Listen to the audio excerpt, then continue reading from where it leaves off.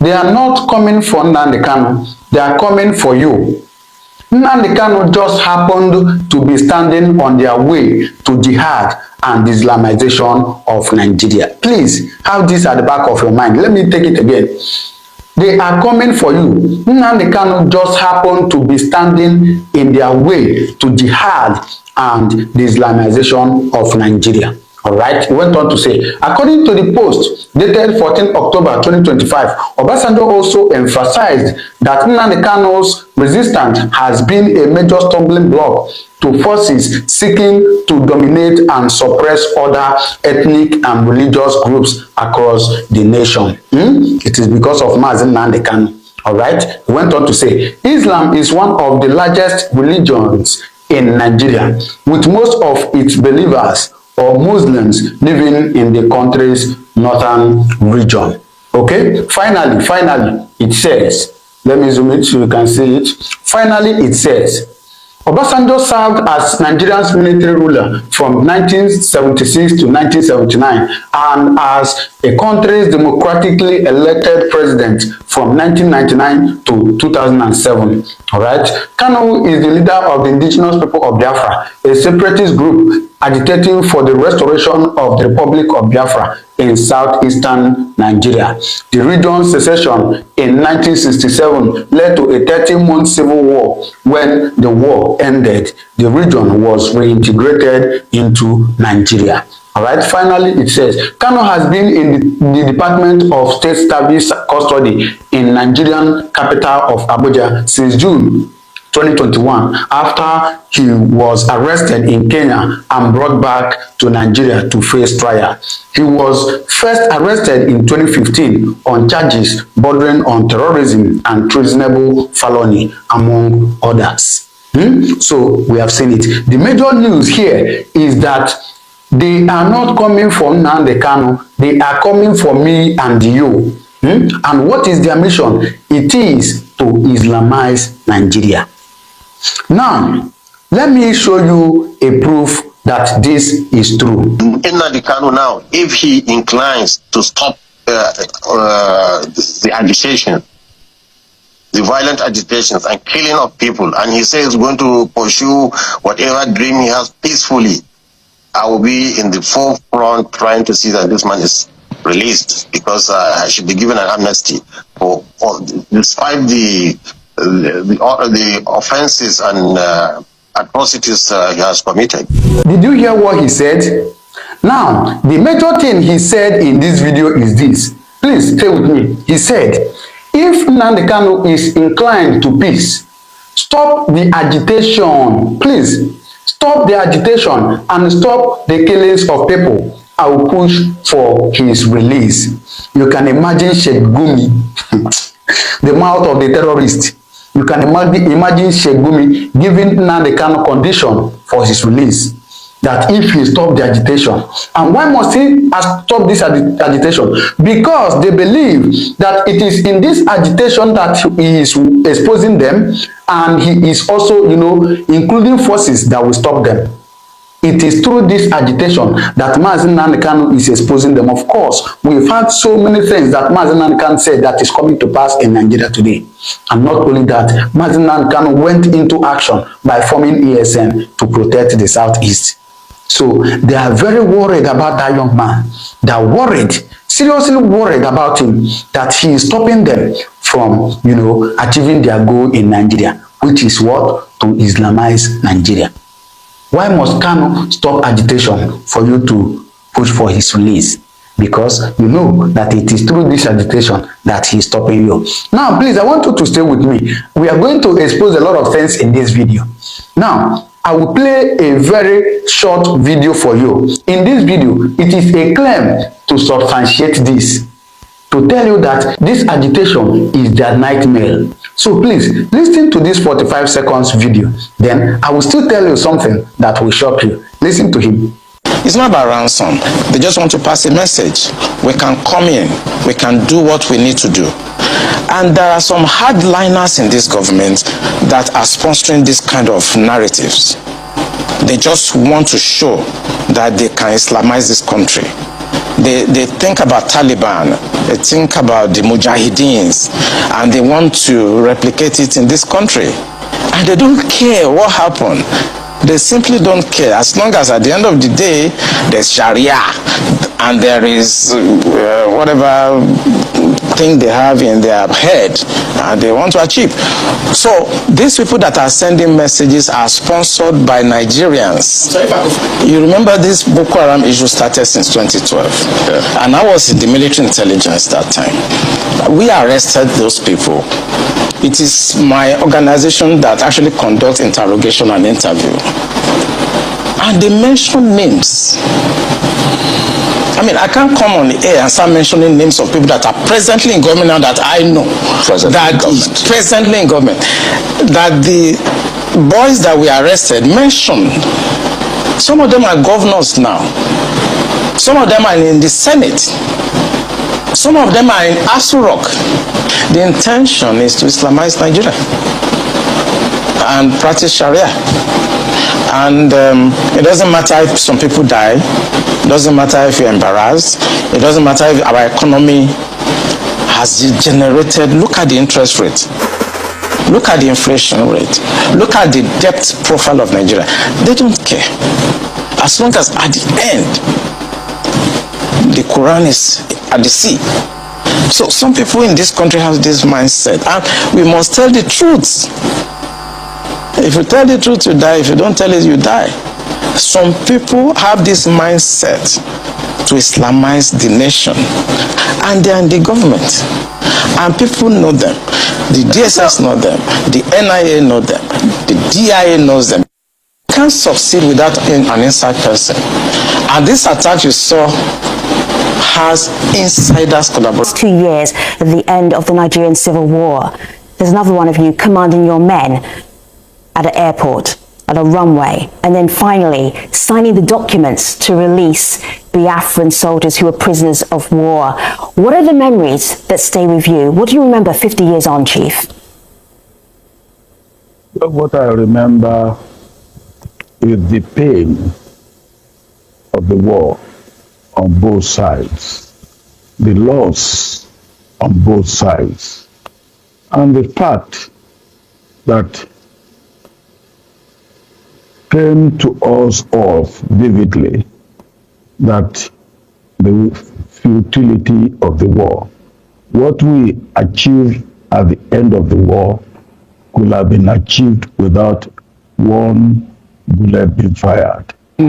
But during the war, we destroyed all the infrastructure that mattered to us. The refinery we had was destroyed. The bridge that connected the east with the west was destroyed. We lost thousands of people on both sides. I believe what got me vividly is the anguish which we could have saved ourselves from by not fighting the war. Igwe, let me share this with you. This is from Ahmed Kasim. He says, very, very sad. Brother killing fellow brother. As for me, I lost loved ones from both sides as a child then. You were pretty young at the time of the Biafra War.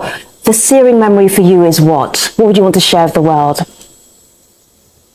I first joined the Nigerian Army in 1960 in the military school of Zaria, and we were taught to become one Nigeria.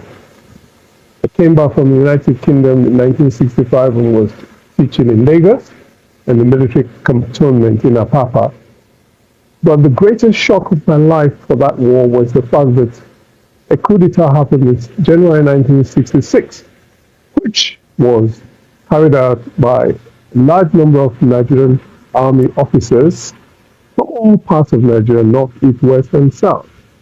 And their intention was not tribalistic in any shape or form. In fact, their main motive at the time was to change the political structure of Nigeria and release Obafemi Awolowo. But at the end of the day, history has it in book that it was an evil coup, which totally put a wrong slant on the whole issue. and we had to be killed. We were killed. Lives were threatened. I had to escape with my life from Lagos to Biafra, which was not Biafra at the time. And for me, the pains are such that war should never have happened, as the chief just said now, because Rhodesia declared unilateral independence in 1965, and Britain never lifted a finger. Not a British soldier went over to fight Ian Smith. And this was a total rebellion against the Queen. Sure. Yet, Biafra, after 1 month of declaration of independence, a war was unleashed on us, which was in a way pogrom, because we had no defense, we had nothing. Sure. And our people had been massacred from the north in January. Sorry. Igwe, you bring up an important point. It's an important point that a lot of Nigerians in our online community are talking about, which is history. Who is telling the history? How's the history being told of the Nigerian Civil War? Yusuf here says, unfortunately, because the war was described as no winner, no vanquished, little history was taught on it. Chief Obasanjo, why do you think the history is kind of very, very light, still contested, about what happened 50 years ago in Nigeria? Well, history is, first of all, you tell it from your point of view. What Igwe has said now, for instance, in the history of the Nigerian Civil War, from his own point of view, somebody else will look at that unfortunate civil war beginning from the coup of January 1960. Before that coup, he said he was in the army, I was in the army. We knew no difference between one tribe or the other. But Chief, this is the point. But Chief, if I may, young people are saying, we are not reading about this in Nigeria. We are not seeing this history. Why is this history not being told? Why do they feel they're not being told the history? Why do you think?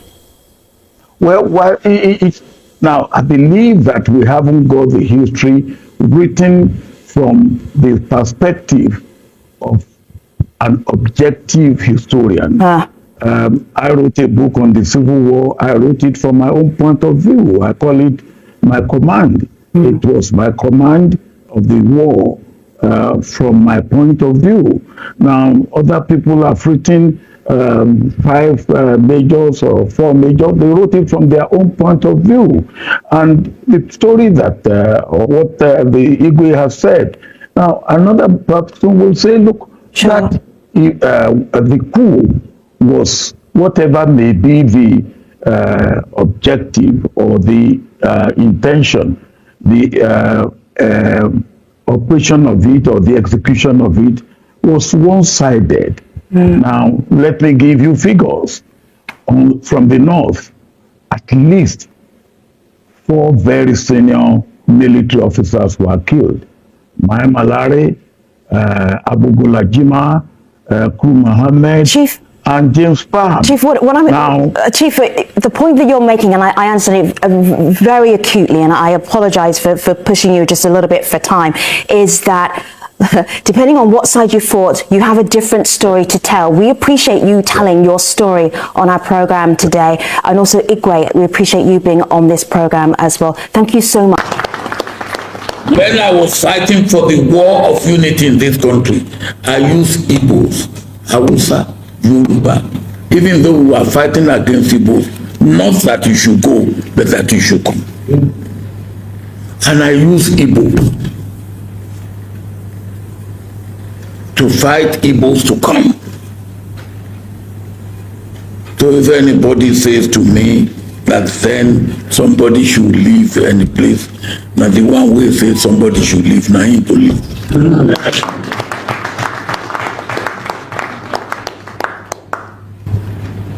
Me, I married from Owerri. Okay. So what are you going to say? The pikin wey Owerri woman born for me, so e no be my own again. So where will you ask him to go?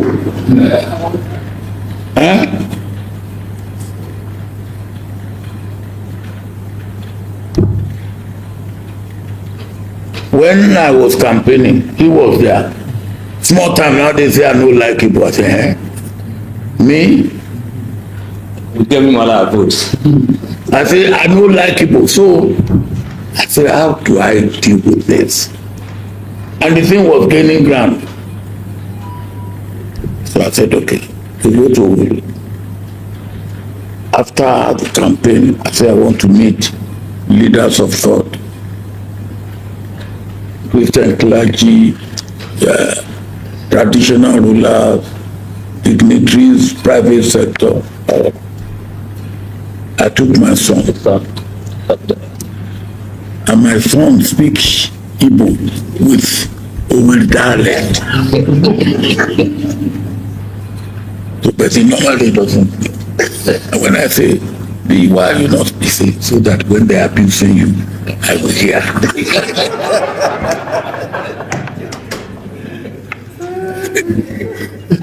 So I took him along. And after the campaign, we went into a room like this. And I said, look, this rumor, how did it start? And look, I fought the war as humanely as possible. My best friend in the army are Igbos. Chukwuma Nzogu, Mike Vemso. What is all this? The first family that took care of me when I returned in 1959 was Hilary Njoku in your own place. What is all this? Not only do I like Igbo, I love Igbo. Let me wait now. I say, let me show you the evidence. And be broken to Igbo. So he spoke. I mean, I know get here for the language. So he spoke. One of the traditional rulers came to me. He said, Mr. President, please forgive me. Betty, you are a rascal. I said, if you say so. Now, but on a serious note, that's what we called you for. I want to learn from you. There may be things that you want us to do that we are not doing, or you want us to delay or hasten. We can give you all the things. Now we have halls, we have parking space, we have laptops, we have Clinic. we have clinic, we have where women we put their children, crèche you call it. We have warehouse, we have garage, we have it all. We have hotels, both high level and low level. Well, I won't call it low level, I would say coastal. So, if there's anything you want to say to me, yeah.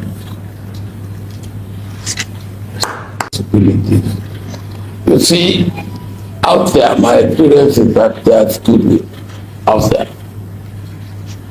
That's number one. Number two, the money to develop Africa is out there. It's there, it's there. The problem is how to get it in. And when we get it in, the problem is how to make it stay in. We will examine, I'm not making promise, but we will examine a number of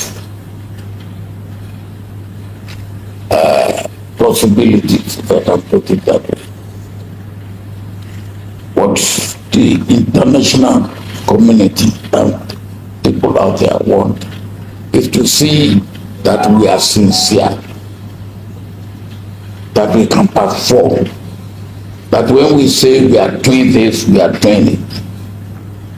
If Nigeria with number 5 or number 6, all exporting country in the world, I could go out and look for debt relief and I could get it. I believe that you can get anything. Let Nigeria die that today. Get dirty. The world out there, they are not fools. They will just laugh at us. The one we give you to go with you will be like this. But this is something, and I believe if we pursue it the right way, they can get it. They will want to see our bona fide integrity, honesty. So I take note of that.